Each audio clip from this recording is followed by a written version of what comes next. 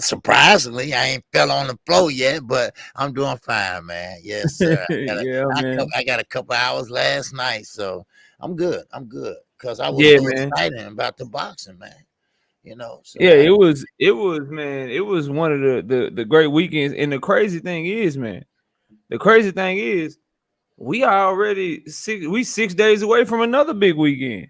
Yes, sir. We don't even have to wait that long, and we got another fire card coming up.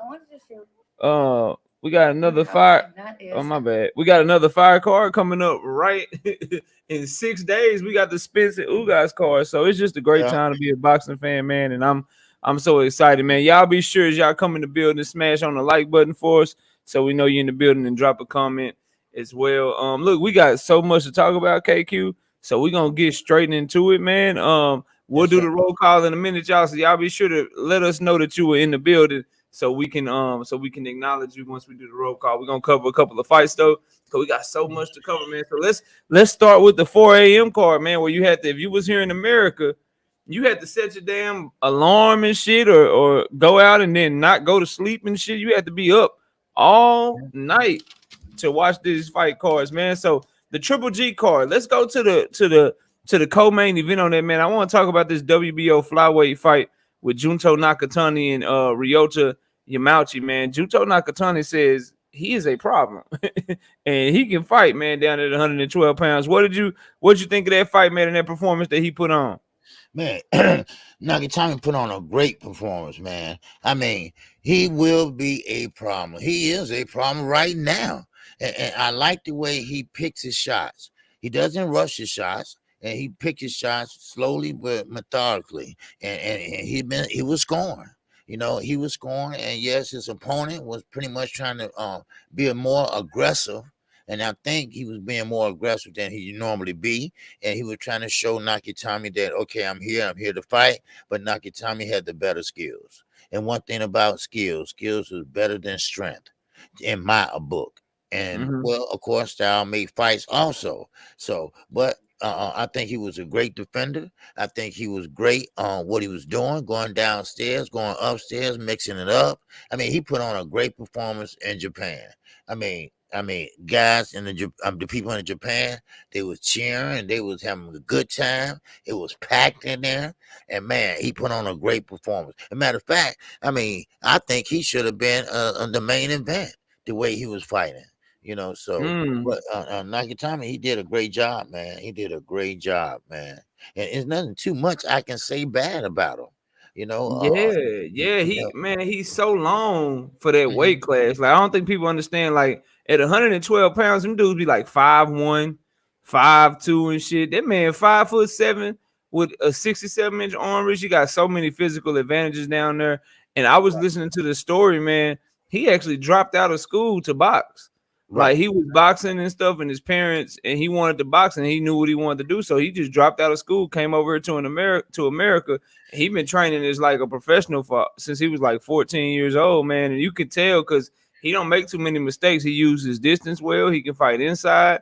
He got that long, wiry, dangerous ass power and shit, man. He a Mhm. problem down there at 112 pounds. At only 24 years old, and he a Yep. world champion and already got a few defenses. I think people need to wake up to this kid, man, because he gonna definitely be one of them people that could potentially, kind of like we say about Jesse Bam Rodriguez down at them lower weight classes. He gonna be pushing up on some pound for pound lists very soon if he start Mhm. winning championships in multiple divisions and shit like that. But great performance from him, man. Great performance from him. Not too much to say than other. If you didn't watch it, if you don't know who Junto Nakatani is, please go watch him, man. That young man can fight, bro. You But can. the main event that everybody really woke up for real quick, and then we'll get a roll call. I see how many people in here. Y'all not matching up my likes though, man. Like, I'm looking at, I got almost 40 people in here. I got 28 likes, bro. They don't Wow. match, bro. Man, Y'all hit the smash like on the button. like button. I know the super chat costs money. If you can't do that, the Cash App costs money. If you can't do that, that's cool, man. But at least smash on the like button as you come on in the building Yes, yeah, for us, man. yeah. Show love for the grind, baby. Yes, sir. Early in the morning, baby. Early, man. It's Man, early. Triple G and Murata, man. So first, break down the fight. Then after I break down the fight, I gotta ask you a question about Triple G, man. But go ahead and let us know what you thought about that fight. And all that good stuff, man. Break that down for us. well, Triple G, 40 years old, no doubt about it. And Murata, fresh, ready to bang, ready to show everybody in the world and Japan, because they love him in Japan. I mean, they really do love this guy. But this guy was really, really putting it on Triple G. I'm talking about, you can see the age of Triple G in the first round, second round, third round, and fourth round, because Murata was doing everything correctly. Everything he was throwing, he was landing. And Triple G looked kind of slow. Triple G, everything he was doing, he has done back before, but he did it slower. That's all. And I mean, it's just natural that your skills slow down once age start kicking in. It's just natural. Your body just don't move like it used to. I mean, I'm quite sure a lot of people out there don't do the things they used to do 10 years ago, 20 years ago, but Triple G dug deep. He dug deep later on in the rounds, because keep in mind, Triple G was breathing out his mouth in the second round. I mean, this is the second round and he's breathing out his mouth. But then he got that second win, baby. He got that second win later on in the rounds. And then he was the old Triple G. But wait a minute. For 1 minute. He was the old Triple G for 1 minute. Okay. I mean, let's don't get crazy now. All right. He still the Triple G for 1 minute. And then he pretty much made Murata pretty much in retreat. Then Murata was kind of much gun shy then, okay, because he didn't want to get hit with something hard. Because keep in mind, Triple G is heavy-handed naturally, and naturally, he was pretty much hitting Murata on the elbows, on the shoulders, and going to the head, and then he started pretty much teeing off on him. And then he started feeling good, Triple G, about himself. He felt, okay, well, hey, I'm my old self again. And he started teeing off on Murata. And that's when the tide turned. That's when the tide turned, and that's when Triple G turned it up. Now, I will say, hey, Murata did a great job, and Murata almost shut Triple G down. He could have, but he made some mistakes in there that he shouldn't have. He made the fight harder than it should have been, but Triple G capitalized on it. That's one thing about Triple G. He's not a dumb fighter. He knows how to fight. Sure, he want to fight Mexican style straight up, but he had realized now in his older age, he can't fight like that anymore.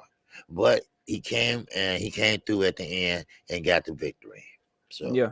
Murata, Triple G came out, and you said it best, man. He looked like he was 40 years old, like he forgot to like rub Bengay on his knees or something, and just like I don't know, bro. He just came out all stiff, and he just really looked his age, especially when Triple G still got a great chin, but in the early parts of the fight, you could feel the age when he kept getting hit to the body. Like every time he got hit to the body, like he felt that shit. Like he would crumble over a little bit and just, you know what I mean? Like he just looked old, but then eventually, a older fighter that still got a little bit left and that's just better than somebody like that, he was able to pull it out and dominate like the last 3 rounds. His power came through. He kept hitting Murata with the left hook. Like Murata it's tailor made for him, because Murata straight up and down with no athleticism, and Murata's just gonna come in there and try to bang with you. And Murata's 36 years old too, and I want y'all to keep this in mind. Like, yeah, he got stopped by Triple G, but he put up a great fight.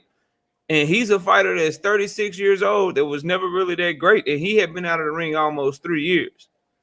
So put that into perspective when you're talking about Triple G's performance. Like, it was very, very shaky. And so, but the jab was still great from him.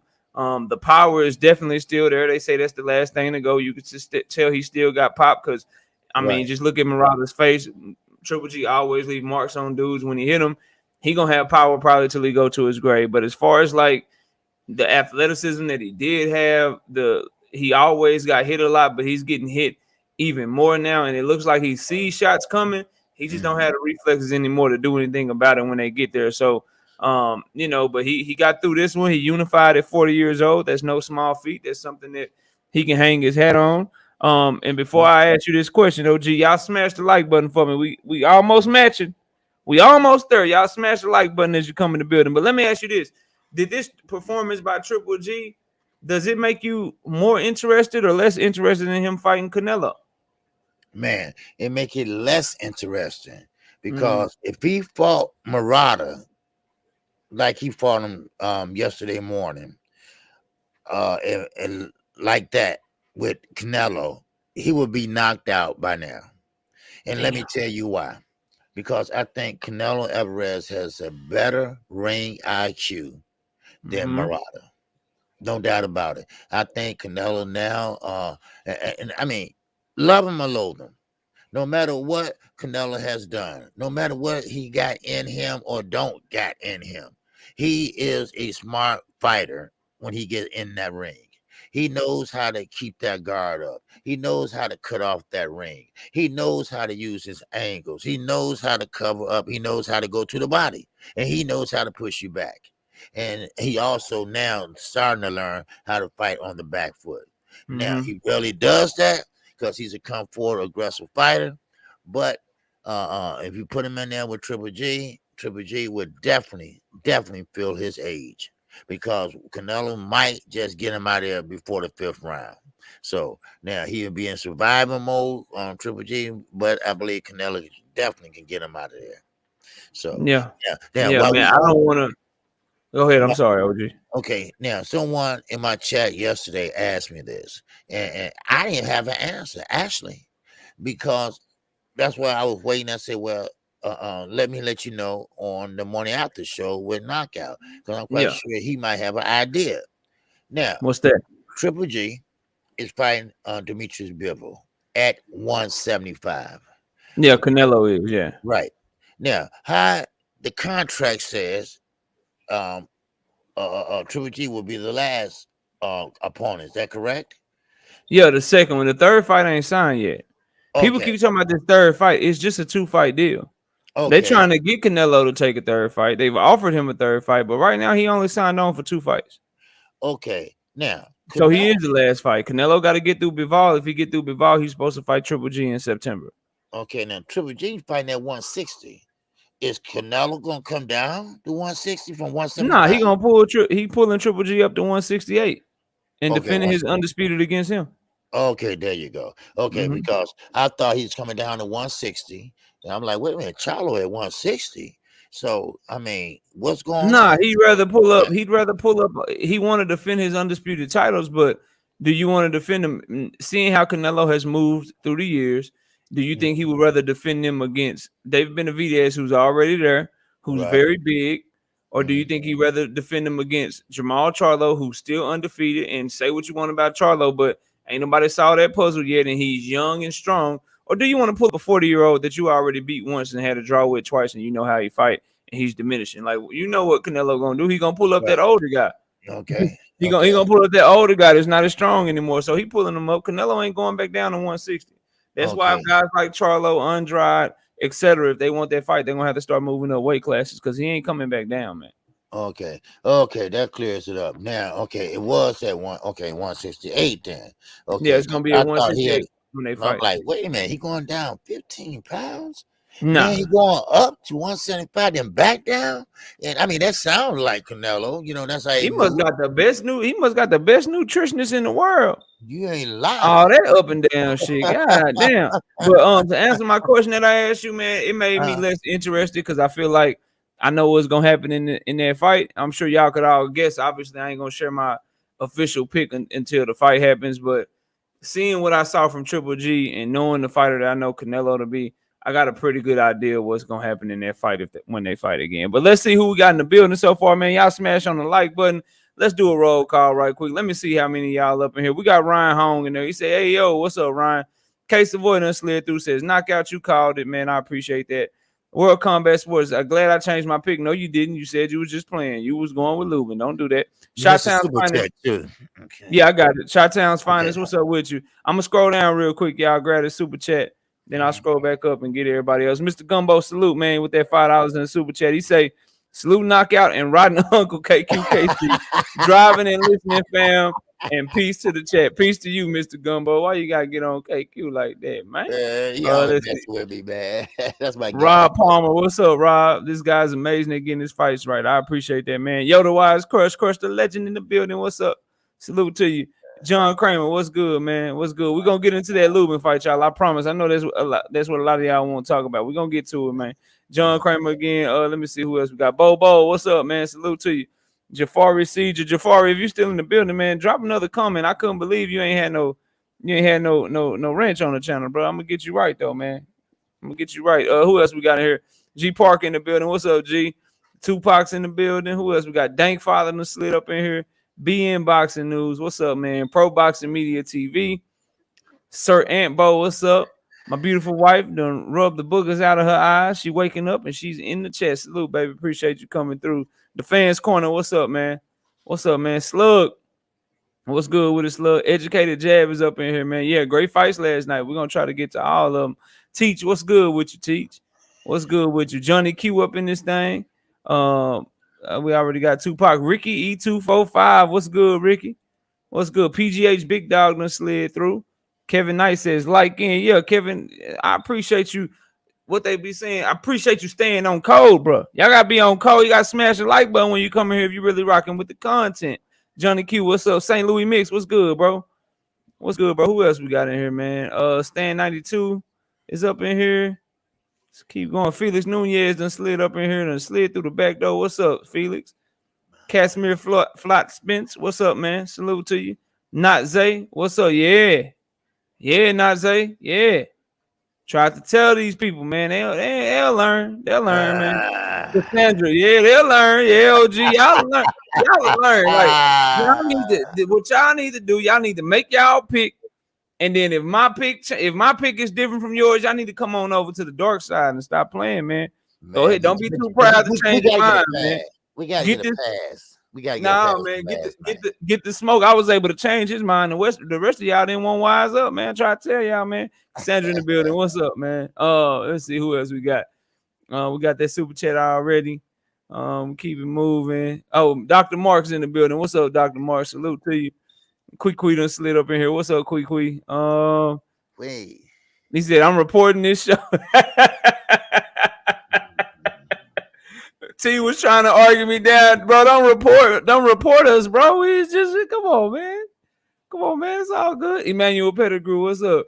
Need to be reporting Fundora. He put hands, feet, fingers, toe. He put everything on Lubin, who showed great heart. But we gonna get to that. I promise y'all. Y'all want to talk about that bad boy. Batman, what's up, man? Canelo gonna F him up if Murata had slipping ability or got his head off the line more. He would have won. Yeah. That's what I ain't mad at that at all. Who else got Opulent LD? What's up? Don't you owe me some push-ups? Opulent LD. I know Key do. Didn't we make a bet in somebody's chat? Was that BFTB chat? Opulent LD, let me know. I could have sworn we made a bet on this Sebastian Fundora fight, man. You told me I was wrong. Who Israel? What's up with it, man? Salute to you. Crunk Juice and slid through with that $5 in the super chat. I appreciate you, Crunk Juice. Sup, y'all? Sanchez said Triple G changed his style to a boxer, then a brawler. What you think about that? I thought he was a brawler first, and he trying to box. Yep. His style ain't changed too much to me, Crunk Juice. Like, he looked like the same Triple G, just slower, older, and he don't seem like, he used to be like indestructible and shit. Like, he could take body shots and head shots, but now it seems like he still got the chin. But Devonchenko hurt him to the body, then Murata hurt him to the body. He do this shit too much longer, he gonna get stopped, man. That's just how I feel about it. Malcolm Roach, what's up, man? What's up with it, bro? Let me see. Oh, there he is. Let me find where that. Hold on, Jafari. I'm gonna get you right. There he is, right there. Welcome to the gang, Jafari. Shoot him down if they come in here tripping, bro. Hey, how you give a wrench with you on StreamYard?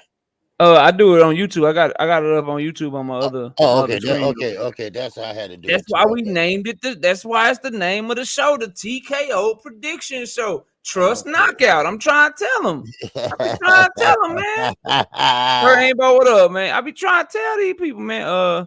That was a great fight, though. Yeah, it was a great fight, man. It was a great fight. I think that is everybody saluting each other. All right, I think that's it. Let's get to a story real quick, then we'll get back to these fights. So Floyd Mayweather's former fighter, Ishe Smith, former Mayweather Promotions fighter. I don't know if y'all saw it, but he was going ham on Twitter, bro. Like he on Tank Davis side in this. It's bad. Let me read these tweets and get OG to react to them. Then I'm gonna react to them too. So his first tweet says, "The love isn't pure. Once you realize that, you separate yourself from people. It's always about kissing his ass and who can do it better. I got out the way, not built like that. So I choose to make my own bread while others choose to sit at the bottom waiting for crumbs to fall." He's talking about Floyd with that tweet. Then he gave another tweet. He said, "Real NIGGAs know what it is. Tank a real one." And I said it a while ago. Surprised it has even lasted this long. Honestly, signing off though. He said he was signing off, but he didn't sign off, y'all. He didn't sign off. He kept going. He says, "I stay out the way and don't comment much about the game. The game is shit now, YouTubers, etc. But when I do, I try my best to speak what I feel is facts. It's just some real sucker-ish to do that to him. But like I said, the love isn't pure. Anyone who thinks it is full of shit." Now, Ish, you just listening to the wrong YouTubers. Some of us YouTubers are very good. Okay. Right. Don't put us all in the same box, Ish, but I'm gonna keep reading because it is news. All right. He said he got more to say. He said, "I have a lot of fighters I like to watch. The game makes it impossible to see them fight each other. So enter Exhibit A, a guy making millions who would get wiped by a real boxer. But boxing created him or lack thereof, so we are here. Okay, now I'm gone." Then he keeps going. He says, "Any mother effer who constantly boasts about his accomplishments, constantly boasts he wants his fighters to break his records, is full of shit. He don't want to. He don't want you doing better than him." That sounds like somebody said that shit. Yep. Period. Do Yep. you see Jordan the Tiger constantly boasting about themselves? No, I don't really see that shit. As I said, it ain't pure. He said either it's denial or delusional fanboys, but anyone close to the situation knows what it is. I'll get my own bread and make my own way before I sit around a table begging. Not built that way. Keep getting it though. Not gonna hate. Some just built different. Then he said, "This is the last one I'm gonna read because it's so much. Let me find the one I really wanted to. Oh, here we go. Here we go. He says, y'all gonna call this man ungrateful." He talking about Tank now. He said, "Y'all gonna call this man ungrateful and all kinds of shit, but I'm speaking facts. I was inside. I know what the kid is going through. I've always liked him and told him a while ago before he blew up, he had power I have rarely seen in a gym, and he was special." OG, Floyd Mayweather getting aired out right now, man, and a lot of his fans are very, very, very, very defensive of him. What do you think of Ish Smith's comments, man? Does that put more credence to Tank Davis leaving? Like, well, just overall the situation, man. Floyd having a press conference on the same day as Tank fight, and I mean, it's the same day as Tank's press conference, and now former fighters. First you had Mickey Bay, now you got Ish Smith. They saying that the same shit that some of us have been saying, the same shit that Tank that they feel like Tank is going through, and why he might be looking to leave, man. Just break it all down, man. What's your thoughts on everything you heard with this whole situation? Man, you know what? EJ Smith, he's right about Floyd. And I don't know about the inside. Like he said, he's on the inside, so he should know. And but I don't know. Is he treating him like shit or whatever? I don't know because I'm not there, and he didn't go in detail what he's talking about. But I got a good idea that Floyd is doing that. Floyd. I told you he has that female tendencies a lot. He's that scorn woman. He act like. Javante Davis broke up with him, so now he want his stuff back. Right? He's like that guy that y'all live together, and now he leaving, and now I want my stuff back, like that 1.3 million that he say Tank owe for them 3 cars and that condo. I want that money back. Shit like that.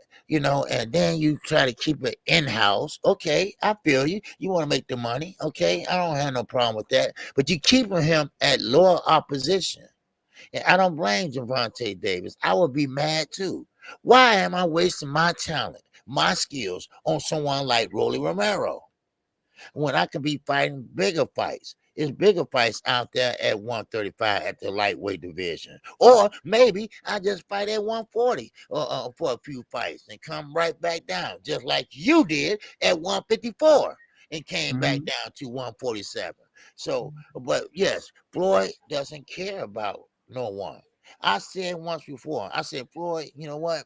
Most boxers make good trainers. And and most of them do.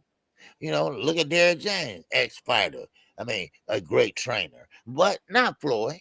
Because Floyd is a trainer, but he gonna make sure he teach you just enough not to be better than him. Now, one thing about it, Adrian Broner wasn't lying 5 years ago, or maybe 6, when he said Floyd would do just to help you, but not enough to surpass him or be better than him. And that's the problem with Floyd Mayweather. Floyd Mayweather tried to get back at you a different way. He tried to hurt your pockets, and he believed that hey, if he can benefit by fighting someone, he don't care if he step on you. He don't care if he shit on you. He gonna go ahead on and do what he gonna do. Now he's supposed to be getting $50 million for this fight over in Dubai, but what trainer? What promoter will sit there and have a press conference when your same fighter in your stable that you represent is having a press conference on that same day? Yeah, that is really something to say, about him being a promoter. Now, one thing about Gervonta Davis, he's pissed and he's from Baltimore. And when you from Baltimore and you pissed off, you sometimes want to act out. But right now, I can see him pretty much saying, you know what? I'm about through with this. And I got one more fight. I owe TMT, and that's with Rolly Marrero. And I'm going to beat his ass to the clock run out. So basically, I would like to see him at PBC. I would like to see him go under the tutelage of Al Heyman as an advisor and go ahead and do his own thing. Yeah. Because Floyd Mayweather is trying to hold him back. Floyd Mayweather is trying to not make him that star. But everybody's saying, well, he do owe Floyd. He don't owe Floyd shit. He don't. All right. Well, Floyd made him a pay-per-view star. No, he didn't. No, he didn't. He made himself a pay-per-view star by going in there and knocking out everybody that stand in front of him. That what made him a star. Because remember, the great late Emmanuel Stewart said, what? Knockout sells. And that's what it sells. Knockout. And what? Gervonta Davis, that's what he got. Knockouts. And that what made him a pay-per-view. That what made him, everybody want to watch and see him fight. He might be short, but he's just like Mike Tyson. He's short, stocky, and can whoop some ass. And people don't understand that. Floyd ain't got nothing to do with that. If it wasn't for Adrian Broner, Floyd wouldn't even know who Gervonta Davis was. So I don't give Floyd no credit for anything. I just have Floyd credit for making some shitty ass fights for Gervonta Davis. That's the credit he deserves. So that's all I got to say about that. Man, you on fire with that one. Ashley's Corner, Drew Titan, Southpaw Killer, everybody that just came in the building, man. Salute to all of y'all and everybody. Like, I'm missing almost 40 likes, bro. It's 112 people in here, and I got 75 likes. Come on, man. Put y'all riding in the car with me. Put your seatbelt on, bro. Man. Smash on the like button. Cold, man. Hit my boy. Smash on the like button. Y'all on that. You know what, KQ? Everybody that didn't hit the like button probably picked Erickson Lubin to win. Man, they probably mad at me. Man. KQ, you got a damn. You got a little. You got a You politicking to have people not hit my like button, man. No, yeah, hell no. You don't want to eat no corn or something, man. You mad? Come on, man. Y'all smash the like button, bro. Like, what's the deal, man? What's going on? Missing likes and shit. Yeah. You said missing likes. Yeah, y'all smash the like button, man. Come on now. I know y'all mad, but hey, man, everybody can't be right. Somebody got to be right, okay? And somebody got to be wrong. But this whole situation, so. It's Shea Smith and Floyd. Like when I first read, I was like, oh damn, okay. But then like Shea Smith, he got his own issues with Floyd. And anytime somebody already got problems with you, like I ain't really, I can't take what you say serious. So I didn't have to listen to him, but I just look at people's actions. Like the job of a promoter, bro, like is to promote the fighter, is to big up the fighter, make the fighter shine. And when you're Floyd Mayweather and you had that name and you decide to announce your fight and have a press conference on the same day as your fighter, bro, like, come on, man. Yeah. Come on, man. Like you ain't promoting him. And furthermore, Floyd said some shit like, "Hey, if I didn't have this press conference on this day, then I would have been at his press conference." Bro, you didn't nobody force you to, like, you scheduled your own shit. You Floyd Mayweather, nobody forced you to have your press conference on the same day. Like, what are you talking about, bro? Miss me with that dumb ass shit. Like, ain't nobody stupid. I understand what's going on here, so you can't tell me it's sunny outside when I see clouds, bro. Like, you can't do that shit. So, and then, like, look at Tank. Obviously, Tank ain't happy. Obviously Tank taking shots and he didn't like the shit. So we don't have to listen to nobody else. Let's just listen to the fighter. The fighter is telling y'all it's some bullshit to him. So it don't matter what I think. It don't matter what Ishe Smith think. It don't matter what KQKC think. It matter what Tank think, because he the one that's either gonna re-sign with them or not re-sign with them. He took it as some bullshit. So I choose to believe the person is actually in the shit and going through the shit and looking for a way out, bro. You know what I'm saying? Like, I don't care nothing about what Floyd talking about, bro, because that's just straight bullshit. Like, no one forces you to do anything. If you told them you didn't want to do a press conference at all, they'd have just been happy to do the fight. Mm-hmm. If you told them, nah, man, we can't do it, I got a fighter that has a press conference on the same day, let's do it the day before, let's do it the day after, they'd be like, okay, Floyd, sure, anything you want. Whatever you say, Floyd. So miss me with that whole, oh, well, I was just busy, so that's why I wasn't there. You made yourself busy, bro.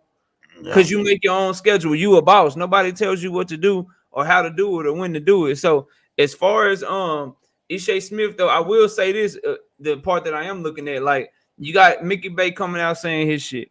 You got Ishe Smith saying his shit. You got Tank Davis, you know what I'm saying, going off the way he been going off. You got Richardson Hitchens, who we don't ever get to see fight. At some point, can we just look at the actual facts and say Floyd might not be a good promoter? And then I'll leave it with this and we'll get back to the fights, y'all. But at the end of the day, like, people outgrow promoters. Like, I don't understand now. It's like people got such this love for Floyd's career and who he was as a boxer. They act like fighters can't outgrow his promotion, just like he outgrew Bob Arum. Like, Bob Arum, and they telling me Floyd built Tank Davis. All right, cool. Well, Bob Arum built Floyd. Y'all don't want to hear that shit, but it's true. Bob Arum built Floyd. Bob Arum built Oscar De La Hoya. Bob Arum built Miguel Cotto. Bob Arum built Manny Pacquiao. Okay? So let's say Floyd did build Tank. All right, cool. But shit, all them people, when they got big enough, they left. Why Tank can't leave? Right. Yep. The man is the biggest name from 140 down. All right, he's the only one from 140 down fighting on pay-per-view.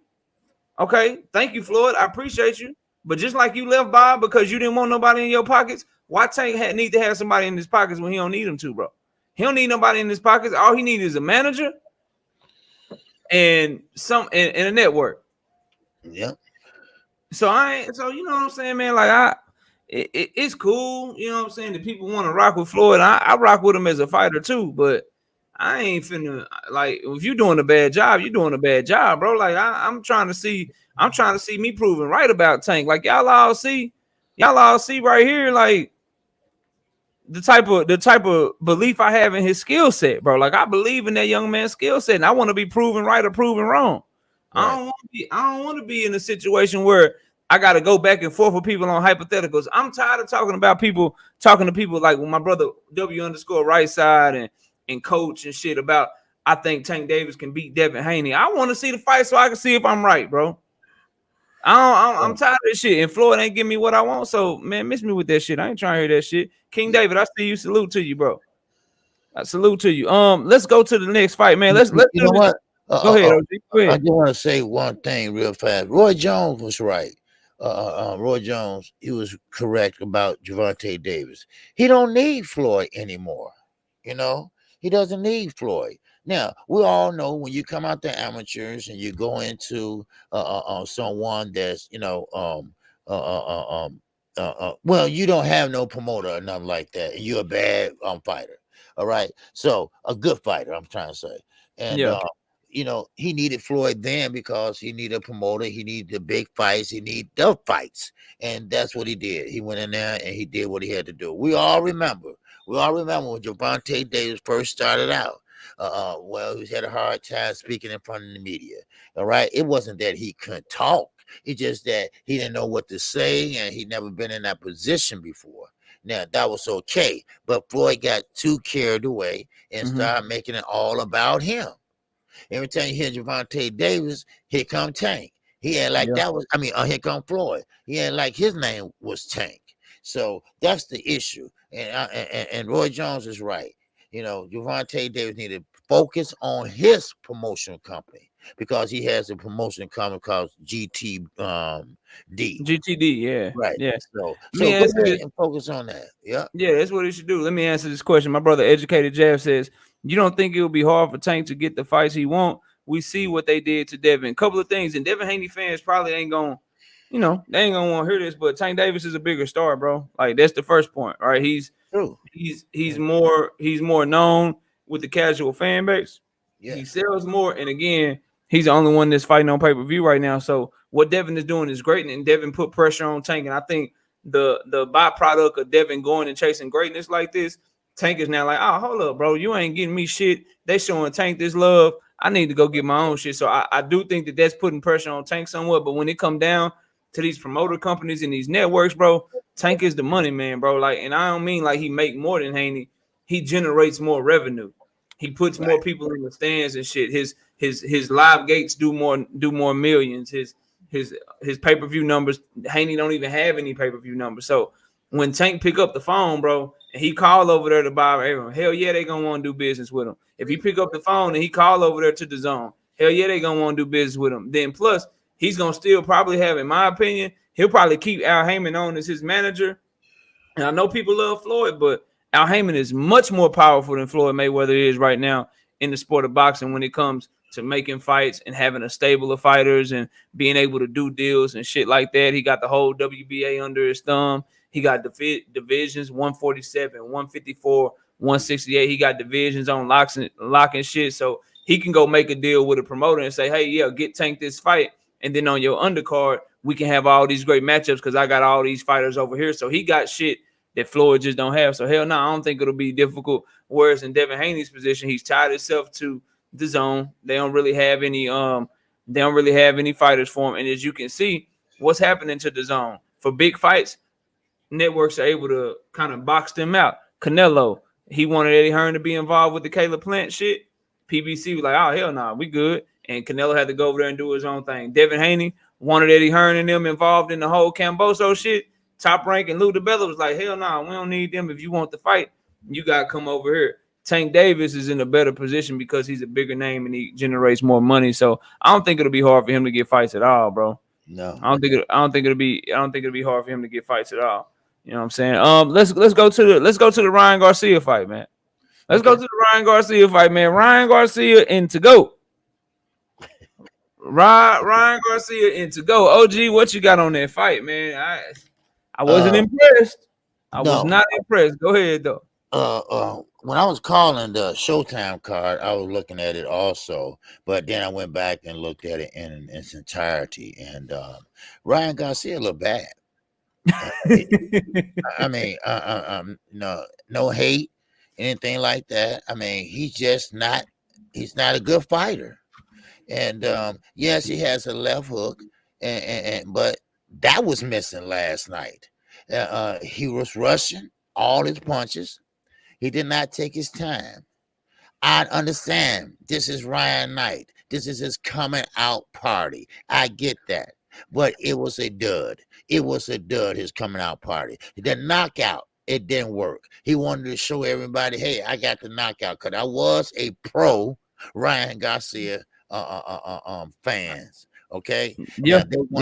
They want to see the Instagram star pretty much knock out Tagoe. Tagoe was smaller, shorter, and still was elusive. Now, Ryan Garcia, he was coming off the ring briefly, but he couldn't bust a grape. He was trying to throw a left, right, and kept missing. And shout out to Tagoe for using that great head movement. So he couldn't get hit. Now, he did get knocked down, but I think that was a push, but the referee called it a standard 8 count. So I would give him that. But Ryan Garcia came out there like blockbusters. I mean, jumped off his stool and went out there and tried to knock him out. I mean, he was throwing everything heavy, but he can land on him. He could not land. He was missing. and he was trying to go down to the body. He was throwing rights and left and kept missing. Nobody's home. Knock, knock. Ring, ring. Nobody's answering the bell. All right. So Ryan still was trying to walk him down. And to go, he kept that bite going. Yes, sir. He had that lateral movement going. And one thing I noticed last night, Ryan Garcia cannot hit a moving target. That's one thing about it. He cannot hit a moving target. He has to be stationary. Feet are absolutely horrible, bro. Huh? His feet are horrible. Yes. Yes. Oh my God. Yes, it was. I mean, it just tickled me because he was trying so hard, and then he had I mean, he got the tattoos on his body now. He didn't have that before. I don't know, that made him a new tough guy, or he found a new foundation of life and whatever. But this is what I told everyone last night. Ryan Garcia, he wasn't there for the crowd. He wasn't there for the people at home. He was there for Canelo Alvarez and the Eddie Reynoso camp. He wanted to show them that I do work hard. I am a star. You made a mistake. You should have took up more time with me. I'm about to show you all who I really am. But it backfired on him. He tried too hard. He should have slowed down, took his time, and cut off the ring and do what he do and work his jab more. But he wasn't doing it. He was chopping down, trying to hit and trying to bang and missing and running into the ropes and shit. I mean, he was horrible. All right, it was horrible, and he didn't get he got the win, no doubt about it. W. Yeah, he got the W. It was designed for him to get the W, but it was designed for him to get the knockout also. But he couldn't do it. Yeah, so he couldn't do it. So Canelo and Eddie Reynoso and Martinez and Valdez, they still looking at him as that lazy Instagram fighter who's tried to pretty much go to Joe Guzman, which is not a very, very high-rated coach or trainer, and he still looked like the same Ryan. Matter of fact, he looked worse than he looked before. And somebody with some skills gonna finally knock him out if he don't tuck that damn chin in. On a platter, man. He's serving up his head on a platter, bro. Man, he's standing straight up like he walking to the store. That's just how he fights, and then he throws, with the left, and he got his head way up like he walking down to the store, some shit.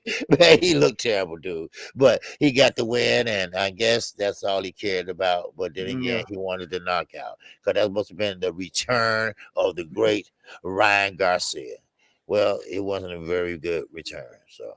Yeah, man. And salute to my brother Opulent LD, man, coming through heavy in that cash out with the $50. He says no push-ups, have some papados on me. Hey man, your debt is paid, my brother. He say $1 for every push-up. Oh man, I appreciate you, bro. Thank you so much for supporting the channel, man, and the content. This is all facts, and the words came straight out of my mouth. This comment right here.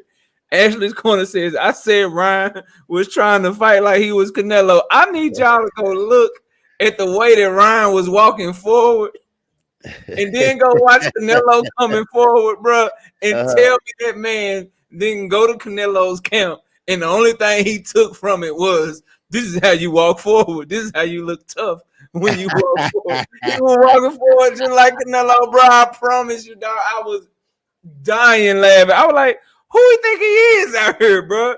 He moved, man, dog. It's like all he got from that gym was how to walk forward from Canelo and how to go get tattooed like Andy Ruiz, bro. That's it. That's all he learned. That's all he got for us was I'm gonna get tatted up like Andy Ruiz, and I'm gonna walk forward like Canelo. Everything else was horrible, bro. It was horrible, man.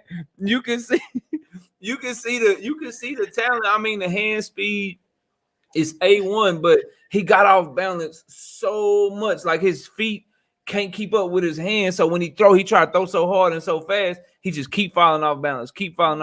And I don't know what Joe Guzman is working on. Maybe Ryan Garcia ain't listening, but bro, you gotta learn how to cut off the ring. If you're gonna be that type of fight, and if you give Ryan Garcia some head movement, you teach him how to counter with his hand speed, he could be a very, very devastating come forward fighter. He just can't cut the ring off. He just can't cut the ring off. If Tagoe had anything other than movement, and he actually had a solid ass jab, and he could counter punch you and shit, man, Ryan wouldn't have won a round, bro. Yeah. He wouldn't have won a single round. And now I'm starting to see why Ryan wanted to go into an interim situation and stay the hell away from Devin Haney. That Ryan Garcia that I watched fight Tagoe, I ain't even exaggerating, y'all. I don't know if he hits Devin Haney one time. I don't know if he lands more than like 3 or 4 shots on Devin Haney in a whole fight, bro. And his whole nose and his whole mouth would just be busted up because Devin Haney would hit him with jab after jab after jab after jab after jab. Then he walk around the ring and then he hit him with another jab and another jab and another jab. And then I see why he ducked Tank Davis too. I see why he ain't want. Tank Davis will stop Ryan Garcia, and Tank Davis don't even start fast. He might stop Ryan Garcia. Rolly Romero might last longer than Ryan Garcia against Tank Davis. I'm telling y'all, bro. If that fight's ever made, I don't think Rolly gonna go past 8. I don't think Ryan can go very far at all. So I'm just not high on Ryan Garcia after that performance. Hopefully he can get back active. Hopefully he can get in the situation where he's able to to hone some of that talent that he got. But right now, I ain't high on Ryan Garcia. I ain't even gonna lie to you. And I see why they didn't make the Pitbull Cruz fight. Everybody was telling me I was crazy. I was like, man, Pitbull Cruz can beat Ryan Garcia. Y'all think that the Ryan Garcia that showed up can mess with Pitbull Cruz? Man, you gotta be out your mind, man. That he got a long way to go, bro. You got a long way to go. Let me get to these super chats, then we'll get to the next fight. My brother Stormy B Man, what's up with it? What's up, Stormy, with that $5 in super chat? He says, salute. We got to campaign harder for these networks to spread these events over a weekend. The fan base is there to support Friday, Saturday, Sunday, weekends for the win. Man, Stormy, from me and KQ's conversation straight to your brain, straight to that super chat. Me and KQ just talked about this yesterday, bro. We were like, damn.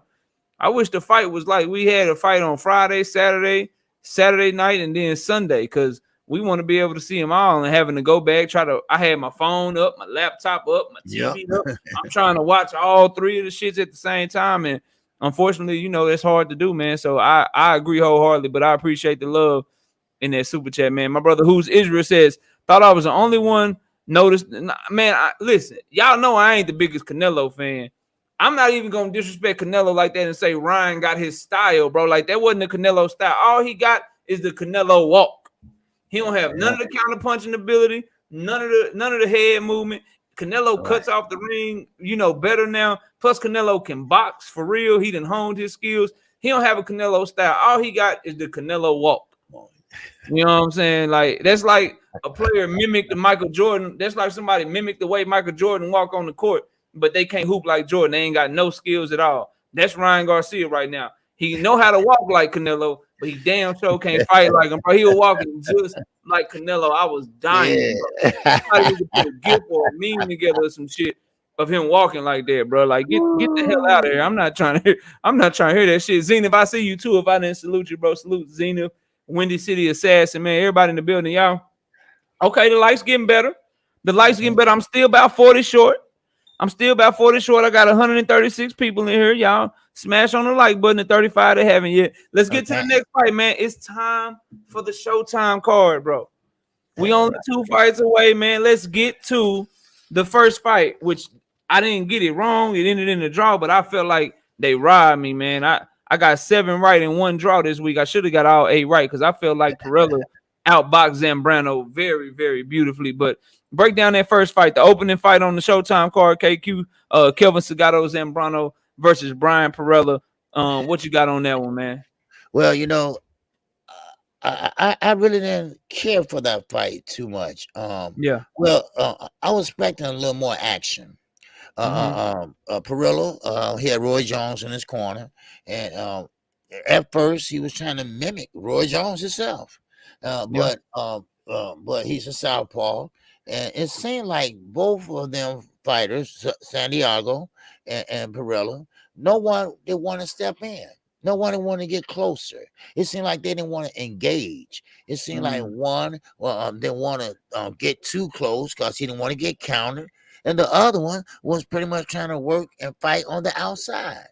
And they both kept fighting, and yes, they might occasionally throw one punch right down to the sternum, one punch through the body, one punch upstairs, but they was punching in single punches. They need to throw in combination. That's what they need to do, and someone needed to get in there and take over the fight. But if I would choose a winner, I would have said Pirella was scoring the more clear, precise punches. Because even though he was in the southpaw stance, and he was going straight down to the body. Now, of course, he was using that right hand, and he was using that right jab, and he was kind of like twisting it, pretty much feinting and throwing it out there different type of ways. But he was landing. It was landing, but it didn't have no muster on it. But he was landing it. And one thing about it, they was going by points. He was scoring the points. Now, it shouldn't have been a draw. It should have been a win for Pirella. Pirella did land the more precise, eye-catching punches. And he controlled that man with a jab. Like a jab. Yes, he did. He controlled him with a jab the whole fight. Like I literally, KQ, I score all these fights as I'm watching them. I gave Salgado the first round, the 7th round, and the 10th round. That's it.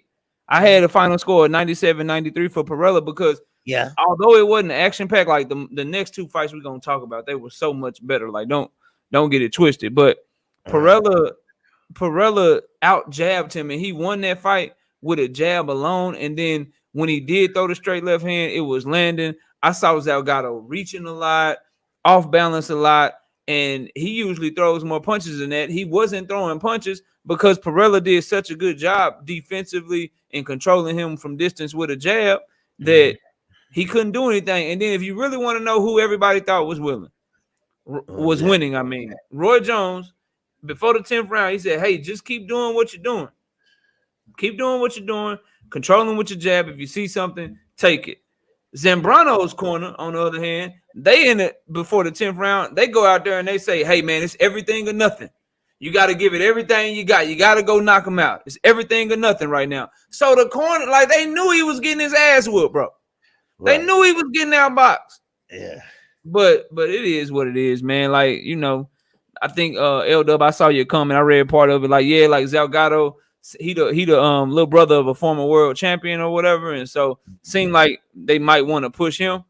And they was trying to get they was trying to get Pirella out the way, or he just keeps getting bad decisions though. Like they clearly don't want to push Pirella because I felt like he beat Tony Harrison, even though Tony Harrison wasn't himself. I thought he was much more himself last night, but I feel like he beat Tony Harrison. They gave him a draw. I feel like he outboxed this dude clearly, and they gave him a draw. So it is what it is. Luckily for me, I don't know how y'all's bookies do it, but luckily for me, if it's a draw with my bookie, if it's a draw on my parlay, then it's just a push and I don't lose. So I was still able to win because they called it a draw. He didn't get robbed to where he lost, but he definitely should have a victory this morning that he didn't get. Troy Paris, Young World, Renique 313, Ricky Williams boxing, my brother up in here, man. Salute to everybody in the building. Y'all smash on that like as you come in here, man. We got 157 people in here. Only 112 likes. Everybody else that ain't hit the like button, man, I know y'all might have picked Lubin, bro, but it's cool.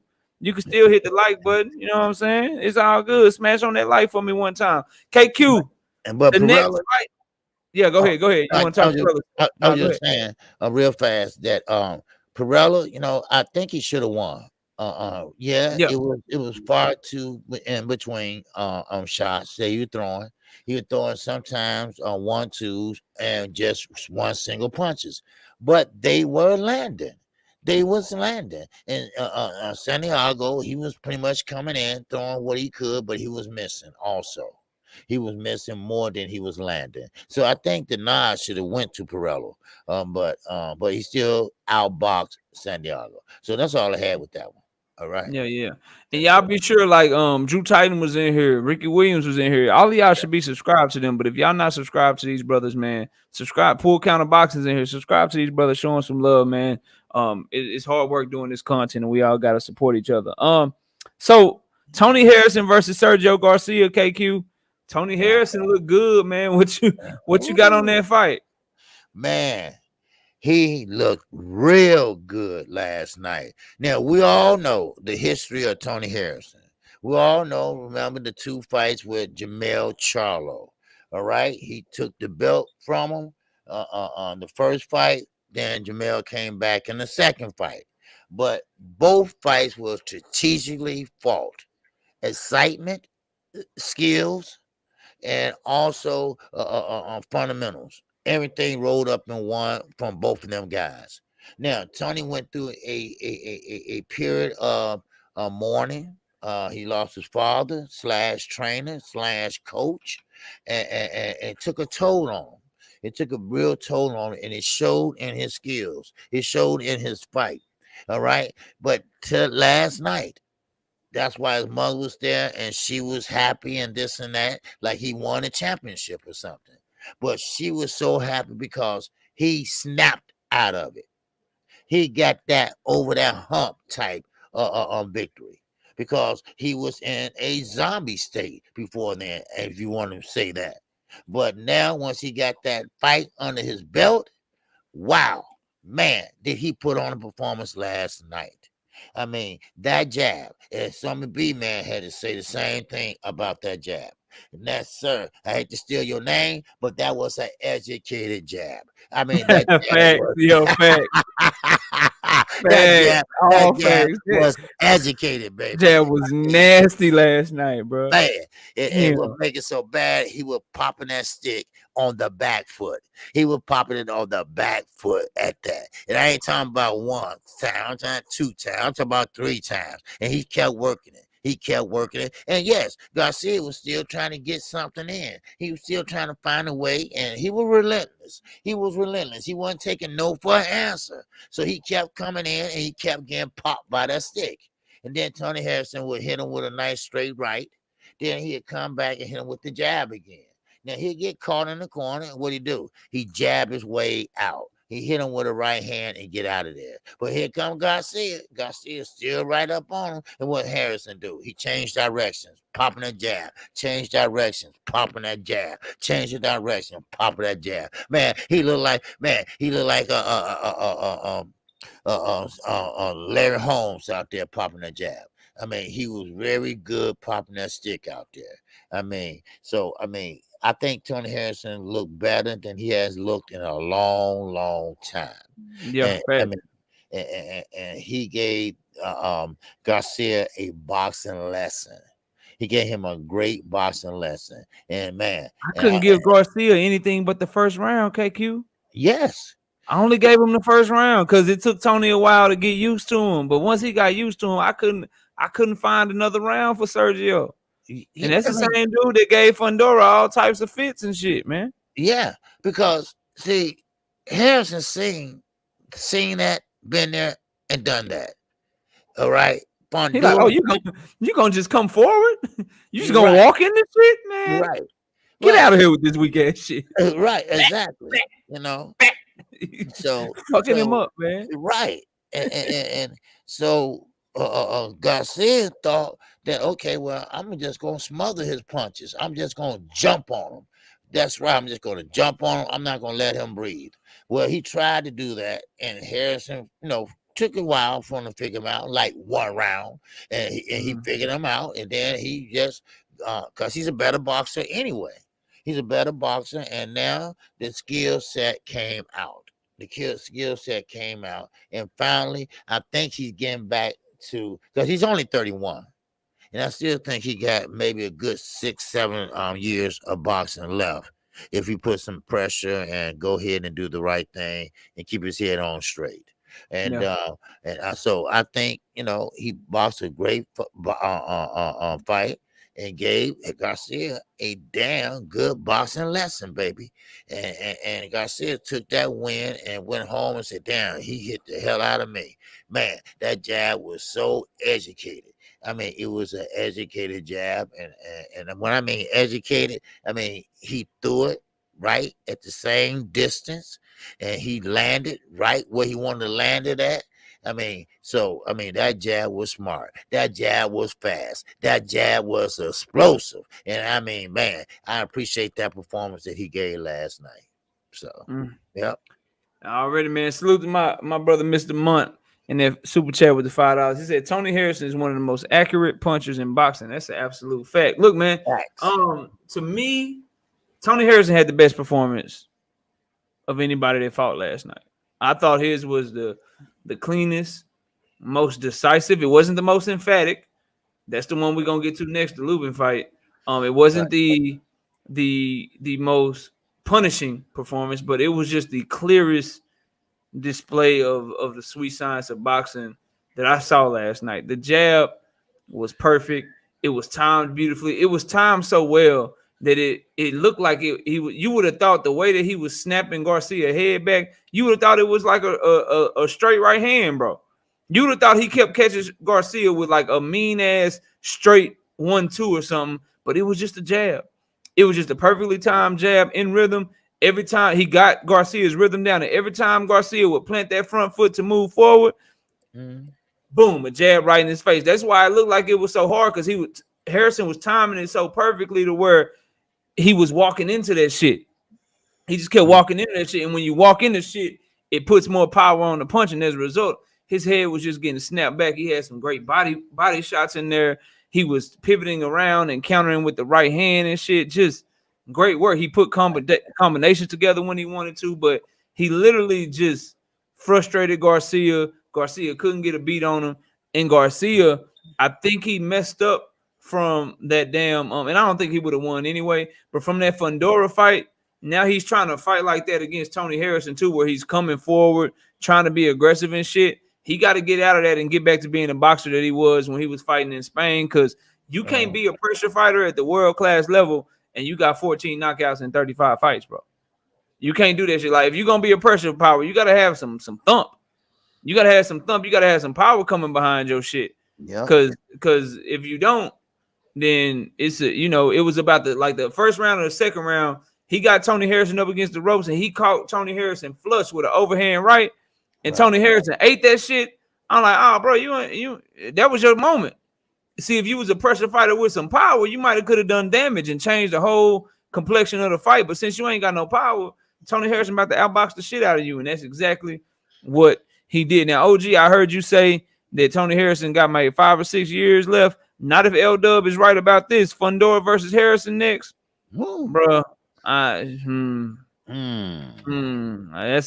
tough.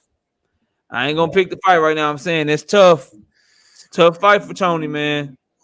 It's a tough ass fight for Tony Harrison. That dude is tricky. Hopefully, y'all know now. That dude tricky, man. He hard to prepare for. But overall, man, I'm excited for Tony Harrison. I love to see him get in there with Fundora, though, or maybe they got him set up for Tim Tszyu or some shit, or maybe Tim Tszyu versus Fundora. Just a bunch of great matchups that the PBC has, and maybe Tim Tszyu gets the winner of Charlo and Castano because he's the WBO mandatory. It's just a lot of 154 popping, man. 154 is by far one of my favorite divisions right now, if not my favorite, man. Like it's on fire. That card last night was absolutely positively an outstanding card. Dead Game Boxing, Underground Asylum. I see y'all in the building, man. Salute to everybody coming through. Look, man, we got the last fight. Lubin and Fundora, man. OG, take it away, man. What you got on this fight, man? Erickson Lubin versus Sebastian Fundora. Let's get into it, y'all. Let's talk about this shit, man. Man, that was a hell of a fight call for me, because I have to admit I did have Lubin winning. All right, so I have to eat some crows. I don't do the push-ups and shit, but I find a way to eat my crow. All right, that's how you doing. You doing it right now. It's how. All right, and I was wrong, but I should get a pass because Lubin did, do his thing too. Now I have to give credit to what credit's due. Now, but Lubin went out there in the first round and the beginning of the fight, and he boxed. What he did was, in the southpaw stand, both guys were southpaws. So what he did was what a southpaw does: use that right jab, and that's what he did. Use that right jab and come right down to the body with the left. Now he did occasionally throw a big left hand, trying to land a big one and see can he hurt him, but it was too short. It wasn't high enough.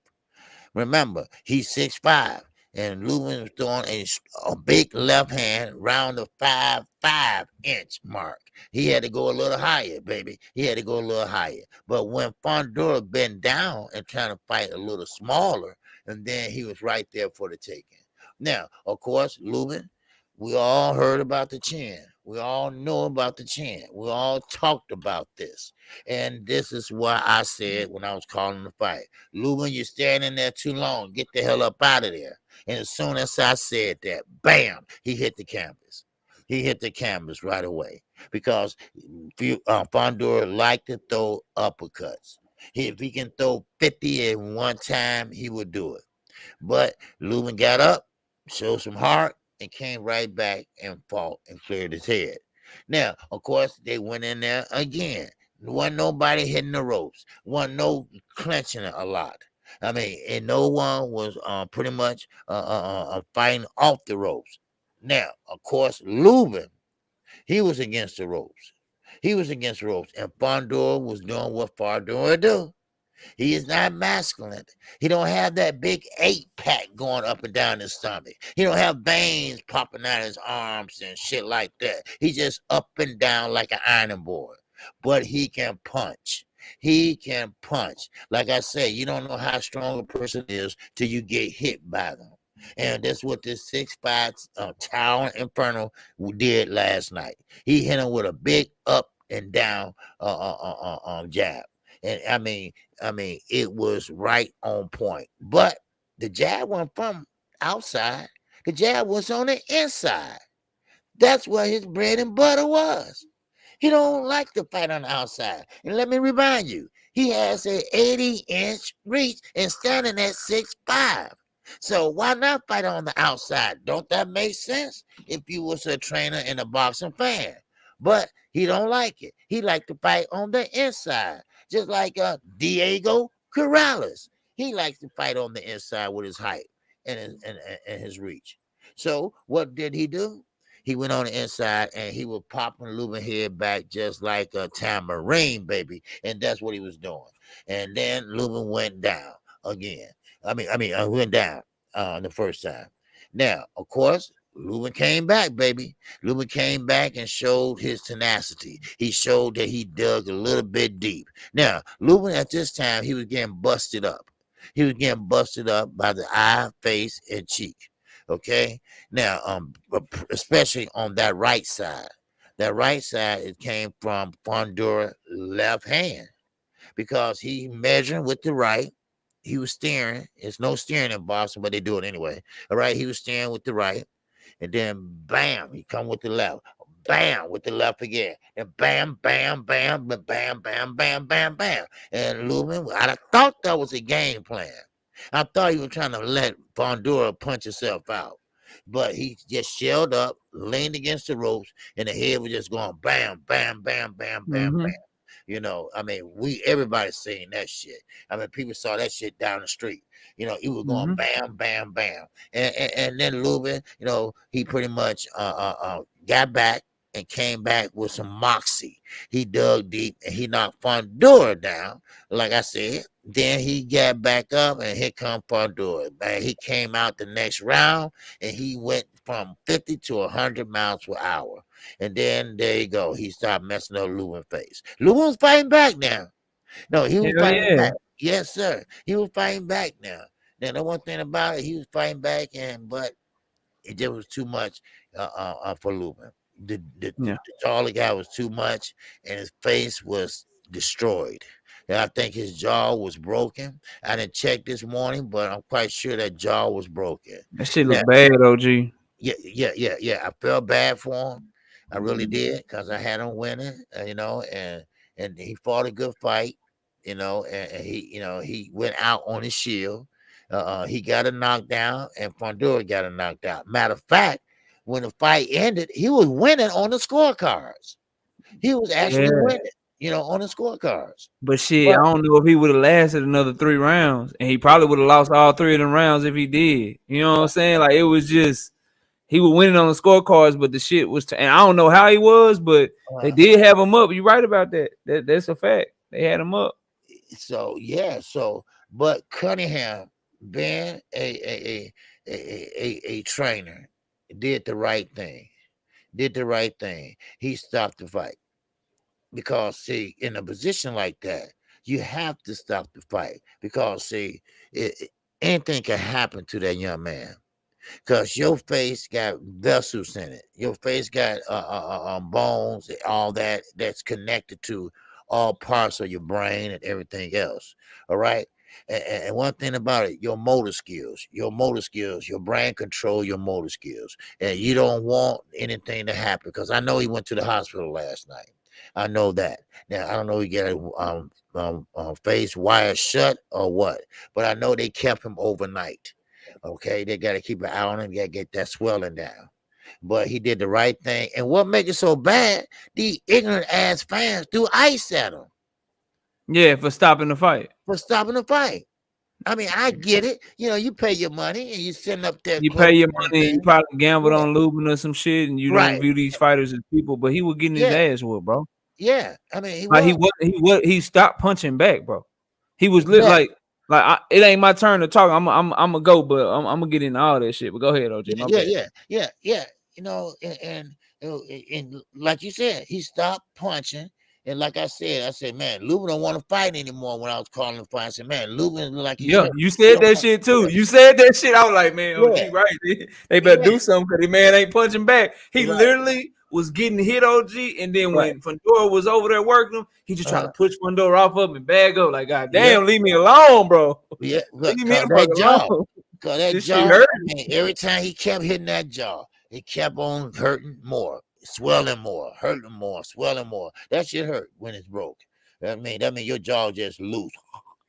Just loose. So I mean, so Cunningham did the right thing, and thank God that bill came faster than you normally wanted to. So I mean, I can't get mad at it. It was a great stoppage. It should have been stopped, but Cunningham didn't know how serious it was till he walked over there, and when he saw that face, no, because this man can die. Like he can die, I'm telling you, this can die. This is boxing, baby. I know this is the hurt game. I know this is what everybody love and everybody attracted to, but they are human beings too. They are human beings too, and you got to take it like such. Yes, they're supposed to be athletes. Yes, this is a combat sport, but also they have families, they have wives, they have sisters, they have mothers and brothers. So you got to take that into account. I know we supposed our boxers to be tough and go out on a shield, this and that. But I'm sorry. He did that. He didn't quit. Yeah, he went out on the shield. Yeah. Right. He went out on the shield. Well, I'm saying, just couldn't go no more, So go ahead and hit these super chats, man. Yes, sir. Mr. Chin, salute to you. OTB, salute to you, coach. Salute to y'all, man. Everybody smashing that like button, man. We got way more people in here than we got likes. So y'all hit that like button, man. Let's make YouTube share this shit and let's make this the place to be for morning boxing talk, man. But Law 21 AI with that $10 in the super chat says, salute to you, King. You win a good percentage of your predictions. Never mind what everybody else choice. You do you. You dissect these fights. Salute to you, man. I appreciate the compliment, man. Everybody is doing their thing, man. Let me see. Let me get this next one. Okay, who Israel? Honor for my wrench. Yeah, shoot them down. They coming here tripping, man. Appreciate you for always showing love with that $2 in the super chat. Jay Leland slid up in here with the $10. He say, salute knockout, salute OG.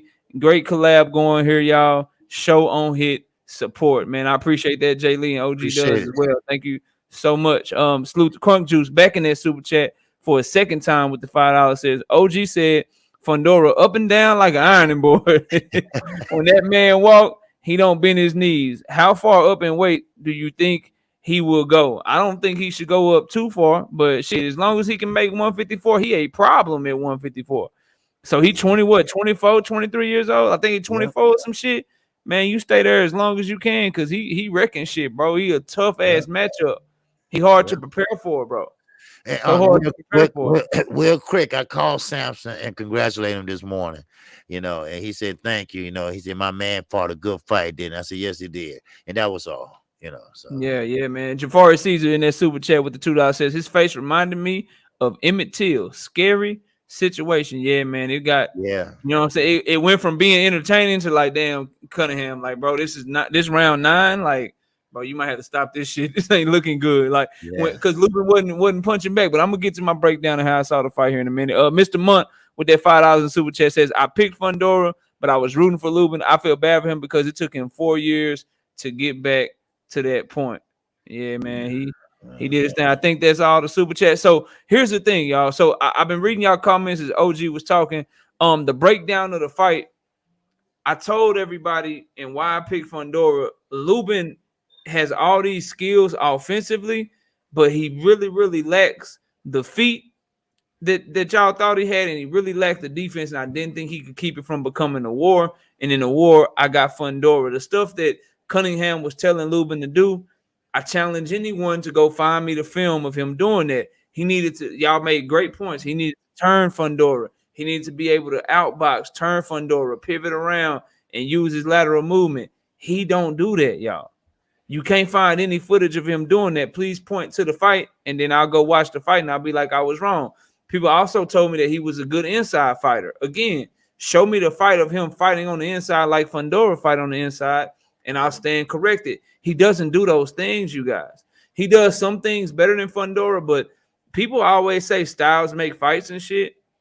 And I don't think everyone understands what that means. You're right. Styles do make fights. And part of that is, can I get you to fight my style? How can I dictate where the fight is going to be fought? So, for instance, you look at Sergio Garcia versus Tony Harrison. Tony Harrison, because he's much slicker than Fundora, because he has a much better jab than Fundora, and he has much better feet work than Fundora, he was able to keep Sergio Garcia off of him, whereas Fundora, because he doesn't have a jab and he won't fight inside anyway, he looked bad against Sergio Garcia because he couldn't keep Sergio Garcia off of him. That's what it means by style makes fights. And Lubin just got beat up by Fundora, but Lubin versus Tony Harrison, much closer fight, much different fight. Lubin might clip him, and Lubin could possibly knock Tony Harrison out. So it kind of is what it is, bro. It's just, in this fight, going back to the Lubin and Fundora fight, I don't think he was like, people were saying he was I saw some people say he was disobedient to his corner or he didn't listen to his corner. He couldn't, bro. Like, I understand Fundora ain't got the best feet, but I ain't necessarily a tall ass person. And I played basketball in college. And I can tell you right now, walking next to dudes that are 6'6", 6'7" and shit, and I'm running around here 5'7", 5'6" inches tall. Every time I take 2 or 3 steps, they take 1 step. Every time I take 4 steps, they take 2 steps. They cover way more ground than you. So Lubin couldn't get away from him. He couldn't outbox him. He couldn't move around the ring because every time he take a shuffle step back, that's or 2 shuffle steps back, that's only 1 step for Fundora. Every time he take 5 steps back, that's only like 2.5 steps for Fundora. So Fundora was just slowly closing distance on him and making it his fight. And in a war like that, man, Lubin, he's always had gas tank issues. He hasn't stopped anybody past round 6. And so as a result, you know, he ended up getting wore down. Fundora beat him up. Lubin couldn't keep up with the work rate. Like, as we got deeper in the fight, round 6, Fundora threw 77 punches. Lubin threw 38. Round 7, Fundora threw 71 punches. Lubin threw 28. Round 8, Fundora threw 72 punches. Lubin threw 33. Round 9, before the fight got stopped, Fundora threw 63 punches. Lubin only threw 22. You can't win like that, bro. You can't win like that. Like, he was doubling him up and sometimes tripling him up on output. So his gas tank it couldn't hold up to the pressure that he was putting on. And in round 7, when Lubin knocked him down, my wife would tell you, I was like, oh, if he get up and he's okay, he gonna stop him in the next 2 rounds, because I could literally see that was Lubin fighting for his life. That was Lubin like, oh shit, I ain't got nothing left. I'm gonna give it all I got. And when he hit and cracked Fundora, he thought the shit was over. He was like, he was celebrating. He was like, yeah, damn, woo, I survived that shit. But then Fundora got up and proceeded to still outwork him in the next round. I was like, oh shit, Lubin ain't finna last, bro. He not gonna last. He can't keep up with this shit. That was he gave everything he got to put that big ass dude down. And when he got up and he was okay, that shit turned out all bad. But I want to catch this super chat. Then I'm gonna say this last thing about this fight, because I wanted to save it for last, because I think it's the most important. Salute to my brother Law 21 AI. with that $5 in the super chat. He said, "You all better stop playing with knockout, or you're gonna find yourself more times than him explaining the reason for your wrong picks." I get them wrong sometime, bro. I get them wrong sometime. And salute to matter of fact, Yeah, I don't got he them wrong. ain't all that now. He Yeah, get him wrong I ain't sometimes. all that now. I done got it wrong like So 59 he ain't times. all that. But So I done got it y'all wrong cut like that shit 59 out. times, but He I got it ain't right that good 266 times. I'm just saying, yeah. I got it wrong 59 times, but I got it right 266 I mean, he times. ain't that good. Y'all Yeah. come on now. What the hell? Already, OG Crunk Juice back in that super chat for a third time with that $5. He said, "I bet you never thought about it, but what would a clinch, look like with Fundora? I don't know, bro. He I don't like, know because he like, Fundora in there trying to fight some. He he in that like hoe trying to fight some. But this is the most important part that I want to give respect to. Yeah, but see, yeah, OTB, I picked Pirella.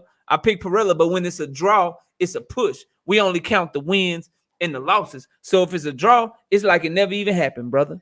It's like it never even happened. So yeah, whatever. I picked Pirella, and he really won for real. You know he won. You know he outboxed that dude. Stop playing with me, man. But you know what? Now, he said, "What's the clinch look like with Fundora? It's like a woman slow dancing. yeah, with a man, you Tall, gonna hold with a it. man and hold it at the Yeah, bro. waist. Nah, bro. Hold it at the If waist. You Fundora clenching don't at the clinch, waist. if Fundora don't clinch, bro, he trying to hurt something. You But ain't lying. the last thing I want to say, and then we'll just pass it back and forth and continue to talk about it, man. The last thing I want to say, so much respect and so much props to Erickson Lubin and the heart that he showed and the warrior that he proved himself to be, because it's a lot of fighters that would have folded, and that young man didn't fold. And so, although it was a great fight, it was entertaining.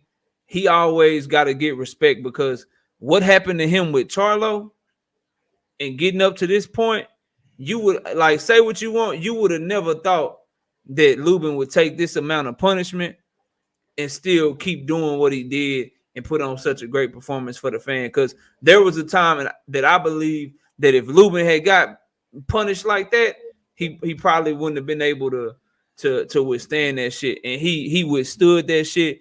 And somebody, I want y'all to understand, his corner had to protect him from himself, because he was in that hole willing to lay it all down, bro.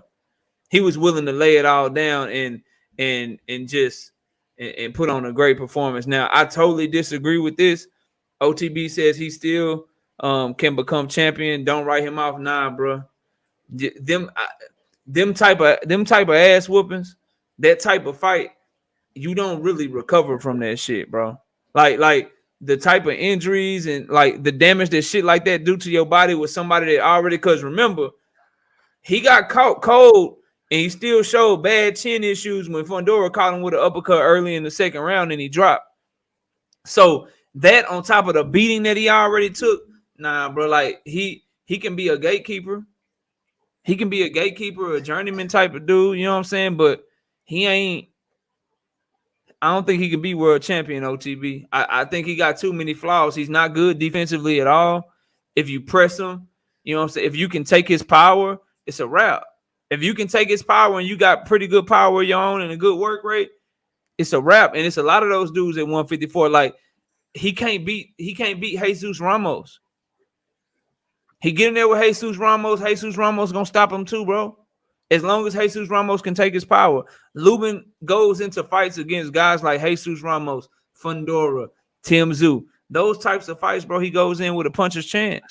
And then when you put him in there with somebody like Castano, somebody like Charlo, they gonna beat him. So I just named 7 people right now that I think can beat him. But yeah, man, he just got too many flaws in my opinion. But salute to him for all the heart, for going out how you supposed to go out. He now joins the club of Burchell and Deontay Wilder, Erickson Lubin, guys like that versus guys like Chris Colbert. So he gonna always get my respect as a fighter. But such a great weekend of fights.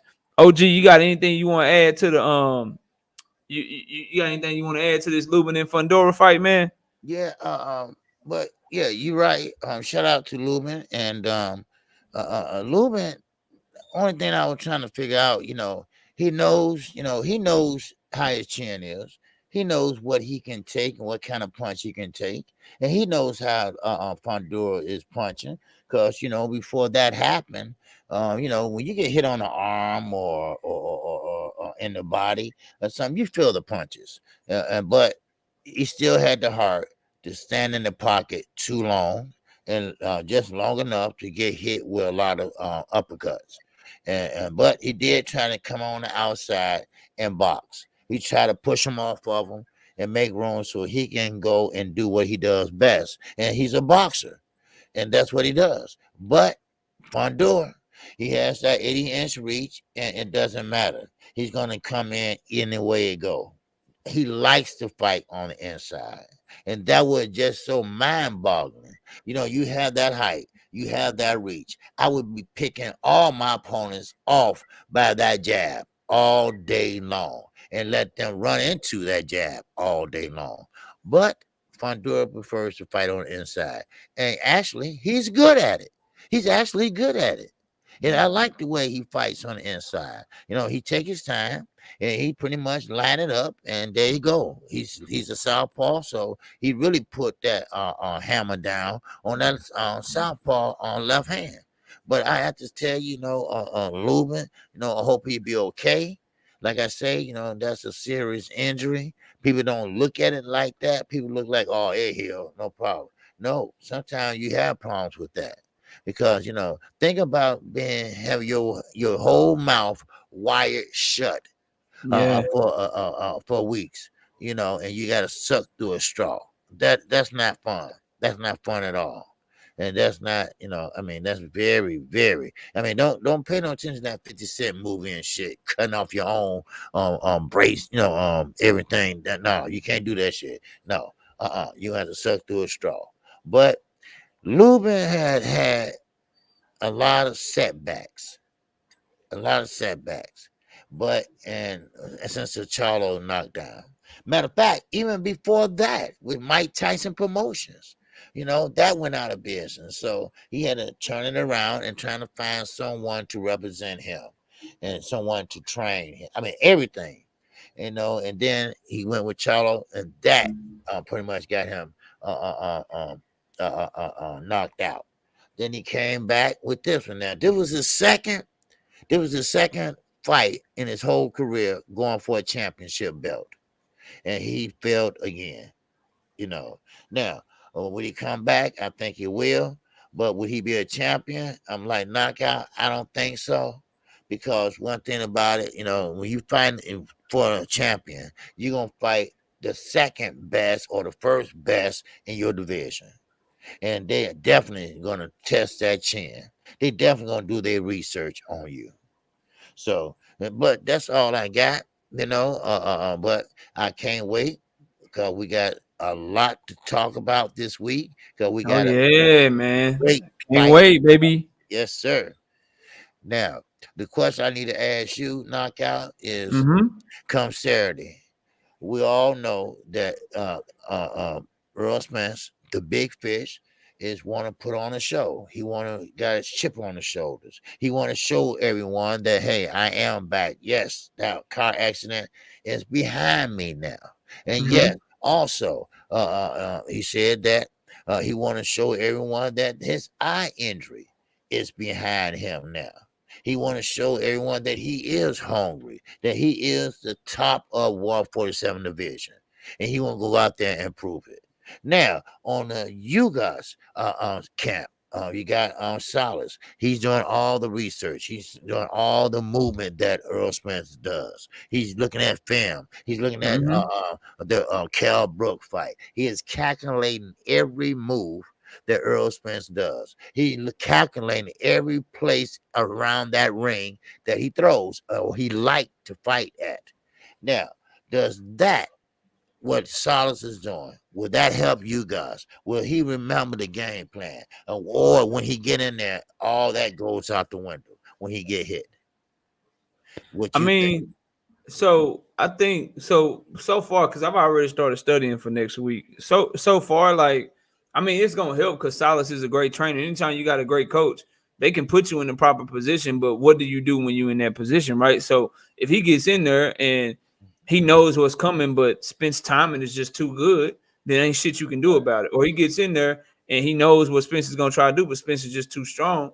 Then ain't shit that you can do about it. But that goes both ways. Like Derrick James can prepare Spence very well for Urdinas Ugas, but if Urdinas Ugas is just countering too good and he's controlling the pace of the fight too good, then shit, there's nothing you can do about it. So it always comes down to the fighters. But yeah, I think that helps because you rather have what Salas is doing than what we see from Teofimo Lopez Sr.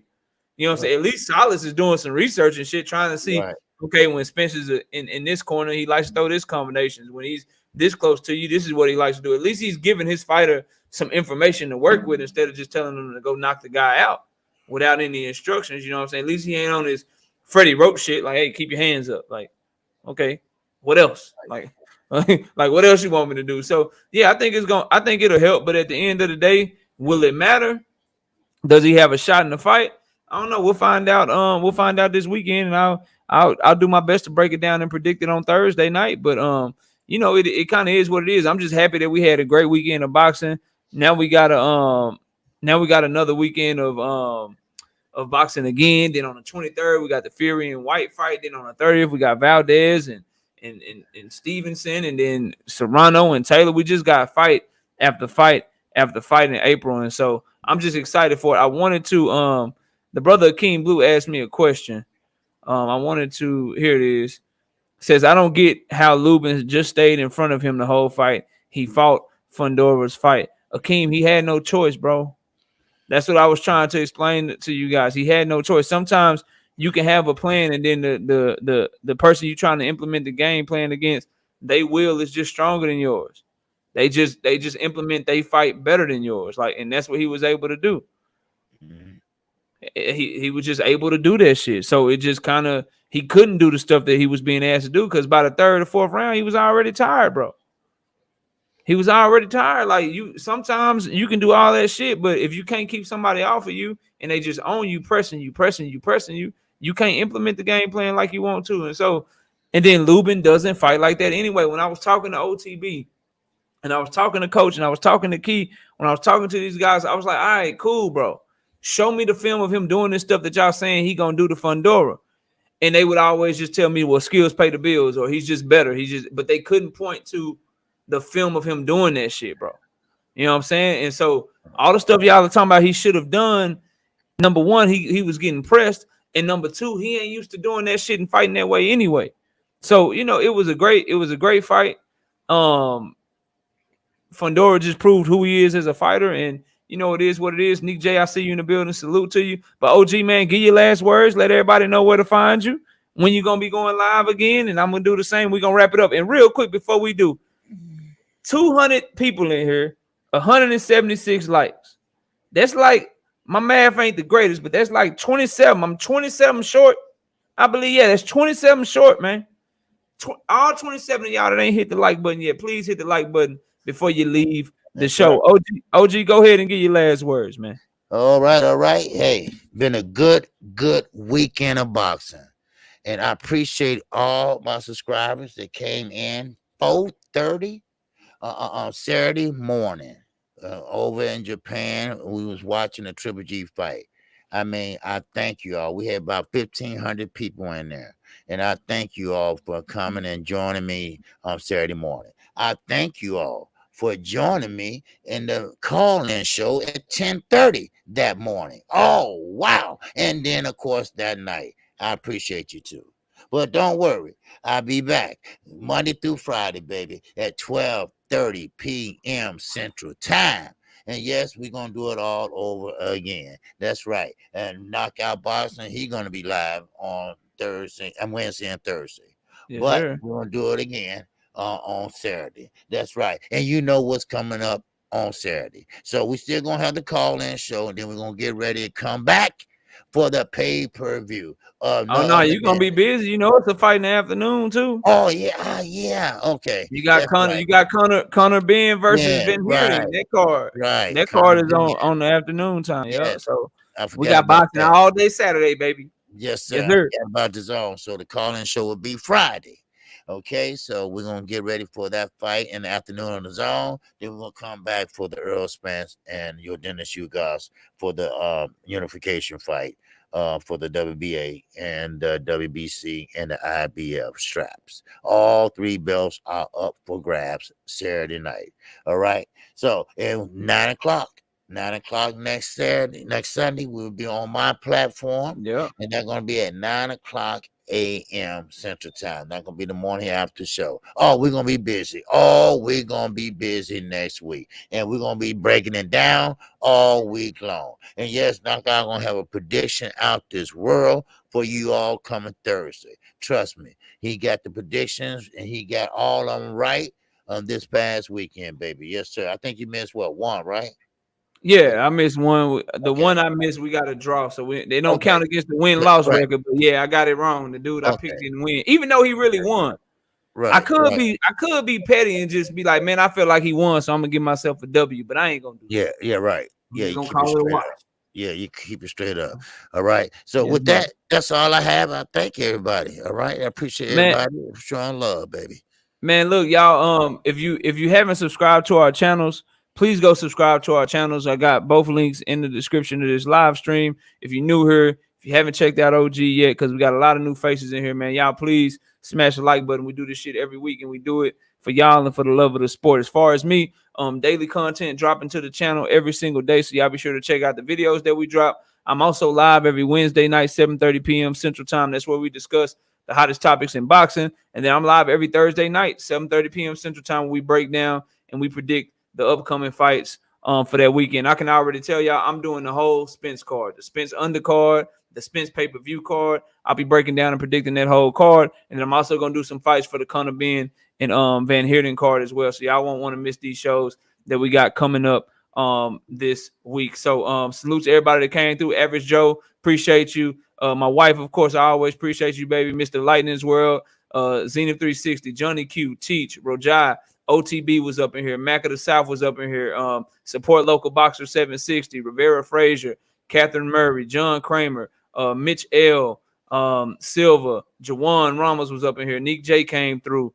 Emmanuel Pettigrew, T Hunt, Educated Jab, W underscore right side, Who Israel, Coach was in here. Bo was up in here, man. Everybody that came through today, thank you so much for the love and support. We appreciate all of you guys. And if you guys don't do nothing else this weekend, man, y'all be sure to watch boxing. OG, enjoy your Sunday, and we will catch y'all next week. Peace out, y'all. Peace.